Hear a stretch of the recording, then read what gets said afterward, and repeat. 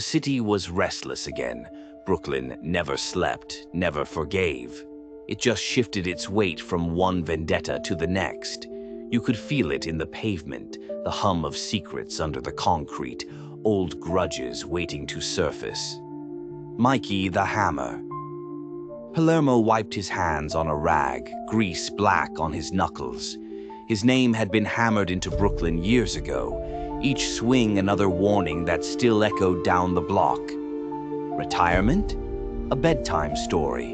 In this city, the only retirement was 6 feet under. From Kansas City came Supreme, cigar clamped in his teeth, silence heavy as a loaded gun. He wasn't loud. He didn't need to be. When Supreme leaned forward, the whole room leaned back. Anthony Rizzo cut a different figure. Sharp suit, promoter's grin, the kind of man who could sell you a dream while someone else dug your grave. With Brady K-Fam Keller in his corner, spit-in verses sharp enough to slice open truths, Rizzo moved between nightclubs and back rooms like he owned both. But bridges like his, they burned quick. And then there was Christian Zintelli. Kansas City sent him too, but he wasn't just another wise guy. They called him the devil in silk, smooth, charming, and dangerous in ways you didn't see until the door was locked and the smile dropped. He played the long game, building leverage brick by brick, blackmail and blood woven into his cuffs. People swore they saw death follow him into a room. Some said he was born cruel, others said he was born unlucky. But everybody agreed. Once Zintelli had you, you didn't wriggle free. At La Tavola Nera, Bambi Palermo lit her cigarette, storm in her eyes. She wasn't just Frankie's daughter, Nick's sister, Goku's goddaughter. She was her own weather system now. Kiss or cut, you never knew till it was too late. Nick Palermo leaned nearby, grin crooked, cigar spinning between his fingers. To Nick, family was scripture, loyalty the only prayer. He never hurried, never shouted. He smiled, and the smart ones knew that smile was the last thing you'd ever see. David Lopez, the Fed with 1 foot on the badge and 1 foot in the dirt, walked the line so thin it could slit a throat. Nobody knew where his loyalty lived, maybe not even him. Caden Winters was the other side of that coin, cold as January, 3-piece suits cut sharper than a blade. They called him the Icebox. He was married to Emily Palermo, tied by blood to the family he swore to bury. That kind of tension didn't stay quiet forever. Emily Palermo Winters walked that tightrope daily. Bambi's sister, Nick's blood, Goku's kin in spirit. Married to the Fed hunting her own, torn in ways only she could understand. She wanted peace, but peace don't grow in Brooklyn soil. And at the head of it all, Goku D'Angelo. Cigar smoke curling, scotch in hand, silence pressing down on everyone like judgment. He didn't need to say a word. The weight of him was enough. Brooklyn's heartbeat was pounding again, but this time it wasn't business as usual. The wheel wasn't turning. It was breaking loose, crashing downhill, dragging everyone with it. Mikey's hammer, Supreme's menace, Rizzo's silver tongue, Zintelli's silk and shadows, Bambi's storm, Nick's grin, Lopez's double life, Winter's ice, Emily's torn heart, and Goku's silence. Brooklyn Bloodlines, Season 2, same family, more blood, double the betrayal. Coming soon to a back room near you. The beginning. They called her Miss Can't Be Wrong 'cause she never missed. You gave her a drop, a pickup, a number to balance. Fugged about it.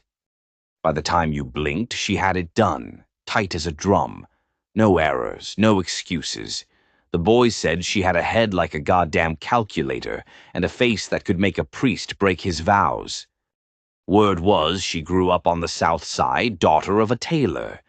Daddy stitched suits for wise guys, so she grew up knowing who ran things, who you smiled at, and who you avoided eye contact with. By the time she was 16, she was running her old man's books.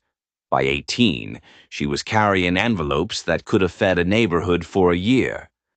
The outfit's darling. The Chicago outfit ain't exactly known for trusting people outside the maid circle, but this girl, she earned it. Pretty, sharp, and gutsy enough to walk into a meatpacking plant at midnight with 50 grand strapped under her slip while cops were sniffing around the docks. The fellas noticed. Capos started fighting over who got her to run their action. She became the outfit's darling, walking into back rooms with a smile, leaving with nothing but empty envelopes and cigars burning low.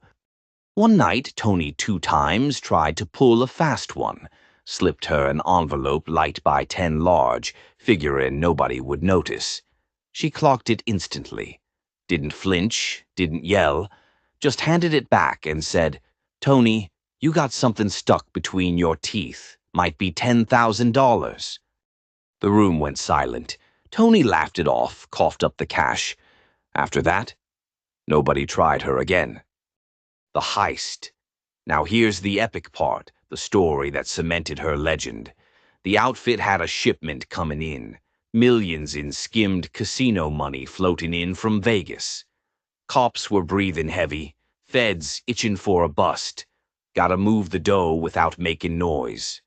Who you call? Miss Can't Be Wrong. They gave her a crew, couple hitters, 1 driver, and a plan. Money was boxed up, stashed in a bakery truck. Route was clear. But halfway down Cicero, a rival crew from Milwaukee decides they want to take a bite. Guns out, tires screaming, a chase through alleys. Her crew's panicking, bullets chewing up the truck. Miss Can't Be Wrong. Cool as ice. She grabs the wheel, jerks him down a side street, smashes through a garage door, and blocks it with the truck itself. Then she pulls out a little snub nose she kept in her purse, pearl-handled, classy, and waits. When those Milwaukee punks came busting in, she was standing there in her heels, smoke curling from her lips, saying, "Boys, you picked the wrong broad." 3 shots, clean as a whistle, sent the rest running. Money delivered safe, and the story spread through Chicago like wildfire.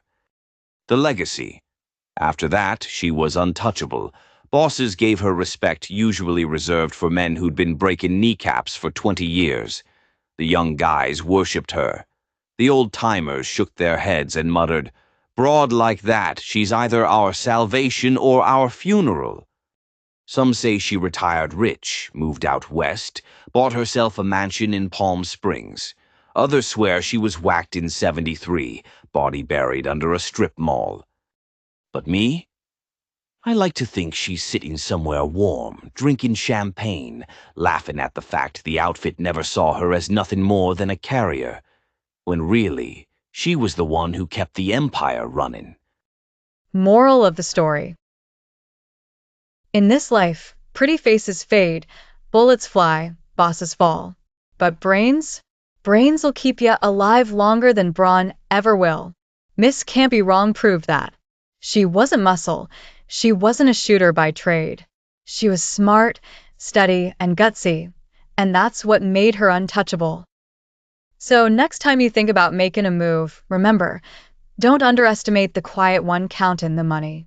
They might just be the one running the whole damn show. And that's the story of Miss Can't Be Wrong, the outfit's money queen. She kept the whole damn empire together with brains, beauty, and a .38 in her purse. Now listen, if you liked this story, don't be a stonad. Smash that subscribe button, hit the like, and ring that friggin' bell so you don't miss the next one. And remember, this ain't just a channel. This is the Pizzaverse. And we don't miss.